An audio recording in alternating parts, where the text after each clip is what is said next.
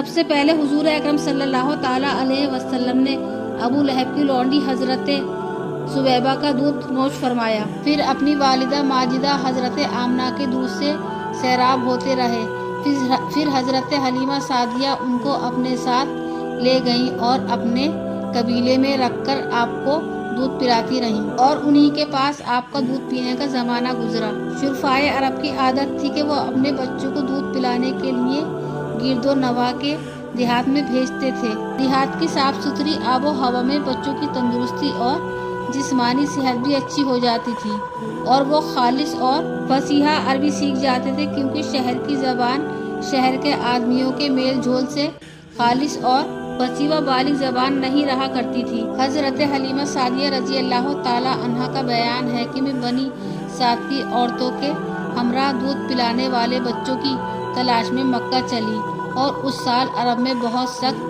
کال پڑا ہوا تھا۔ میری گود میں ایک بچہ تھا، مگر فکر و فاقے کی وجہ سے میری چھاتیوں سے اتنا دودھ نہیں اترتا تھا جو اس کو کافی ہو سکے۔ رات بھر وہ بچہ بھوک سے تڑپتا اور روتا بلبلاتا رہتا تھا، اور ہم اس کی دلجوئی اور دلداری کے لیے تمام رات بیٹھ کر گزارتے تھے۔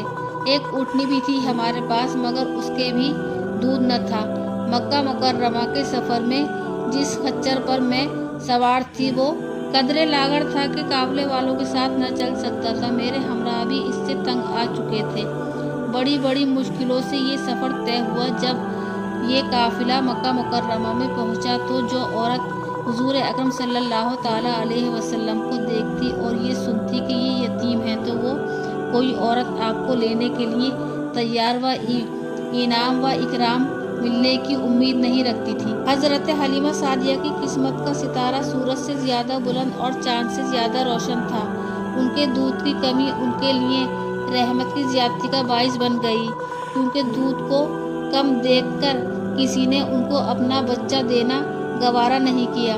حضرت حلیمہ سعدیہ نے اپنے شوہر حارث بن عبد العزیٰ سے کہا کہ یہ تو اچھا معلوم نہیں ہوتا کہ میں خالی ہاتھ واپس چلوں، اس سے تو بہتر یہی ہے کہ میں اس یتیم کو ساتھ لے چلوں۔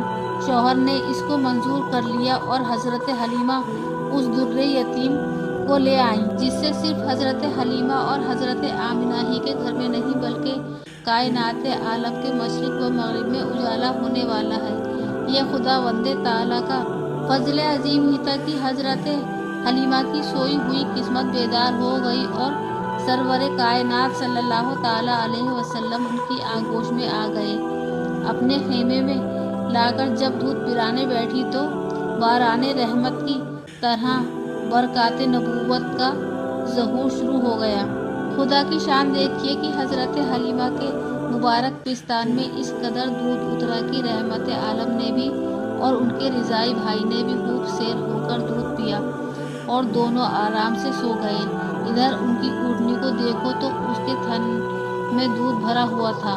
حضرت حلیمہ کے شوہر نے دودھ دوا اور پیا، اور بیوی نے سیر ہو کر خوب دودھ پیا، اور دونوں شکم سیر ہو کر رات بھر سکون اور چین کی نیند سو گئے۔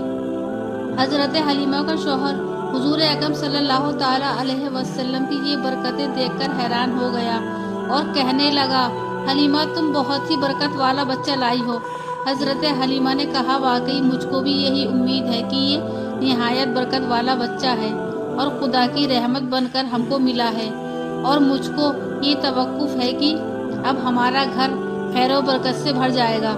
حضرت حلیمہ فرماتی ہیں کہ اس کے بعد ہم رحمت عالم صلی اللہ تعالیٰ علیہ وسلم کو اپنی گود میں لے کر مکہ مکرمہ سے اپنے گاؤں کی طرف روانہ ہوئے تو میرا وہی خچر جو اب اس قدر تیز چلنے لگا کہ کسی کی سواری اس کی گرد کو نہیں پہنچتی تھی۔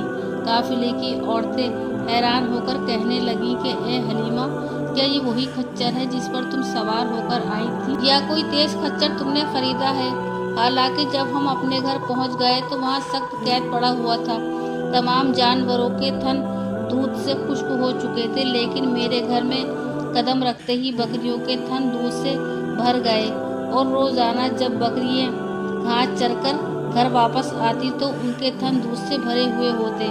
حالانکہ پوری بستی میں اور کسی کو اپنے جانوروں کا एक कतरा भी दूध नहीं मिलता था और मेरे कबीले वालों ने अपने चरवाहों से कहा कि तुम लोग भी अपने जानवर उसी जगह चराओ जहां हलीमा के जानवर चरते हैं। चुनाचे सब लोग उसी जगह चरवाहों में अपने मवेशी चराने लगे जहां बकरियां चरती थी। मगर ये तो चरागाह जंगल को कोई मतलब ही नहीं था। ये तो रहमत आलम की बरकात नबूवत का फैज़ था जिसको मैं और मेरे शौहर के सिवा कोई कौम का कोई शख्स नहीं समझता था।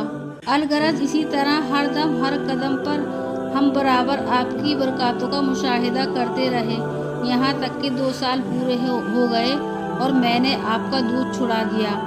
आपकी तंदुरुस्ती और नशो मुना का हाल दूसरे बच्चों से इतना अच्छा था कि 2 साल में आप खूब अच्छे बड़े मालूम होने लगे। अब हम दस्तूर के मुताबिक रहमत आलम को उनकी वालिदा के पास लाए और उन्होंने हस्बे तौफीक हमको इनाम व इकराम के मुताबिक नवाजा। कोकियात के मुताबिक अब हमको रहमत आलम को अपने पास वापस रखने का कोई हक न था, मगर आपकी बरकात नबूवत की वजह से एक लम्हे के लिए भी हमको आपकी जुदाई गवारा नहीं थी।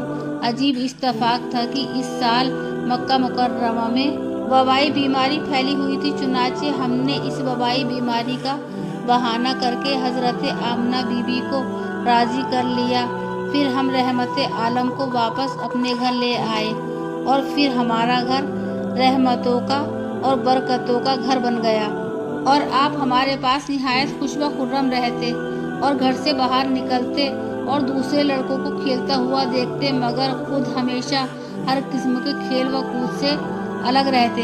एक रोज मुझसे कहने लगे, अम्मा जान मेरे दूसरे बहन भाई नजर नहीं आते, ये लोग सुबह उठकर हमेशा कहाँ जाते हैं? आपने कहा ये लोग बकरियां चराने जाते हैं। ये सुनकर आपने फरमाया, मदरे मेहरबान आप मुझे भी मेरे भाई बहनों के साथ भेज दीजिए। चुनाचे आपके इसरार से मजबूत होकर आपकी हजराते हलीमा ने अपने बच्चों के साथ चरवाहा जाने की इजाज़त दे दी और आप रोज़ाना जहां हजरत हलीमा की बकरियां चरती थी तशरीफ़ ले जाते रहे और बकरियां चरवाहों में ले जाकर उनकी देखभाल करना जो तमाम अंबिया और रसूलों की सुन्नत है, आपने अपने अमल से बचपन ही में अपनी एक खसलत नबूवत का इजहार फरमा दिया। एक दिन आप चारागाह में थे कि एकदम हजरत हलीमा के एक फर्जंद जमराह दौड़ते और हाँफते और कांपते हुए अपने घर पर आए और अपनी माँ हजरत बीबी हलीमा से कहने लगे कि अम्मा जान बड़ा गजब हो गया। मोहम्मद को 3 आदमियों ने जो बहुत ही सफ़ेद लिबास पहने हुए थे चितलिटाकर उनका शिकम फाड़ डाला है और मैं इसी हालत में उनको छोड़कर भागा हुआ हूँ। ये सुनकर हजरत हलीमा और उनके शौहर दोनों बदहवास होकर घबराए हुए दौड़कर जंगल में पहुँचे तो ये देखा कि आप बैठे हुए हैं, मगर खौफो हिरास से चेहरा जर्द और उदास है। हजरत हलीमा इंतहाई मुशाफिकाना लहजे में बड़े प्यार से पुकारकर पूछा कि बेटा क्या बात है? आपने फरमाया कि 3 शख्स जिनके कपड़े बहुत ही सफ़ेद और साफ सुथरे थे मेरे पास आए और मुझको चितलिटाकर मेरा शिकम चाक करके उसमें से कोई चीज़ निकालकर बाहर फेंक दिया और फिर कोई चीज़ मेरे शिकम में डालकर शिफाक उसको सी दिया, लेकिन मुझको ज़र्रा बराबर भी कोई तकलीफ़ न हुई। ये वाक़या सुनकर हजरत हलीमा और उनके शौहर दोनों बेहद घबराए और शौहर ने कहा कि हलीमा मुझे डर है कि इसके ऊपर शायद कुछ आसेब का असर है, लिहाजा बहुत जल्द तुम इसको इसके घर वालों के पास छोड़ आओ। जिसके बाद हजरत हलीमा आपको लेकर मक्का मुकर्रमा आई, क्योंकि इन्हें इस वाक़ये से ये खौफ पैदा हो गया था कि शायद अब हम कमा हक़्क़ू उसकी हिफाजत ना कर सकेंगे। हजरत हलीमा ने जब मक्का मुकर्रमा में पहुंचकर आपको आपकी वालिदा माजिदा के सुपुर्द किया, उन्होंने फरमाया कि हलीमा तुम तो बड़ी ख्वाहिश और चाह के साथ मेरे बच्चों को अपने घर ले गई थी, फिर इस कदर जल्द वापस लाने की वजह क्या है?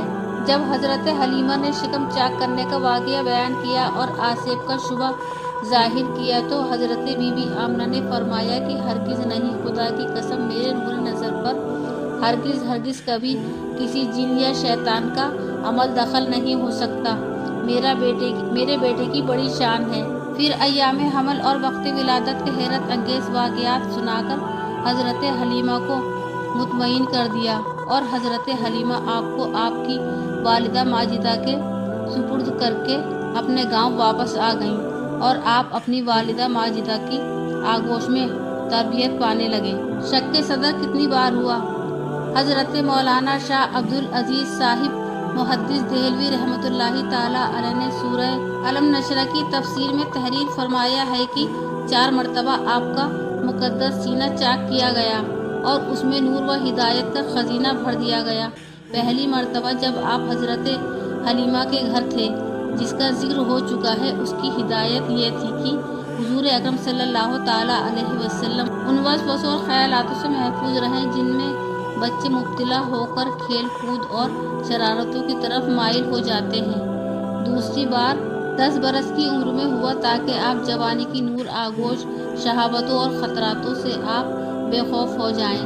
तीसरी बार गारे हिरा में शक सदर हुआ, आपके कल्ब में नूर सकीना भर दिया गया ताकि आप वाहे इलाही के अजीम गिराबार बोझ को बर्दाश्त कर सके। चौथी मरतबा शब मेराज में आपका मुबारक सीना चाक करके नूर व हिदायत के खजानों से मामूर किया गया ताकि आपके कल्ब मुबारक में इतनी वुसअत और सलाहियत पैदा हो जाए कि दीदार इलाही की तजल्ली और कलामे रब्बानी की हैबतों और अजमतों पे मुतामिल हो सके। जब सल्लल्लाहु ताला अलैहि वसल्लम हज़रत हलीमा के घर से मक्का मुकर्रमा पहुंच गए और अपनी वालिदा मोहतरमा के पास रहने लगे तो हज़रत उम्मे हेमन जो आपके वालिद की बांदी थी, आपकी खातिरदारी और खिदमत गुजारी में दिन रात जी जान से मसरूफ़ रहने लगी। उम्मे हेमन का नाम बरकत है। ये आपको आपके वालिद से के मेरास में मिली थी। यही आपको खाना खिलाती थी, कपड़े पहनाती थी और आपके कपड़े धोती थी। और आपने अपने आज़ाद करदा गुलाम हज़रत ज़ैद बिन हारिसा से इनका निकाह कर दिया था, जिनसे हज़रत उसामा बिन ज़ैद पैदा हुए।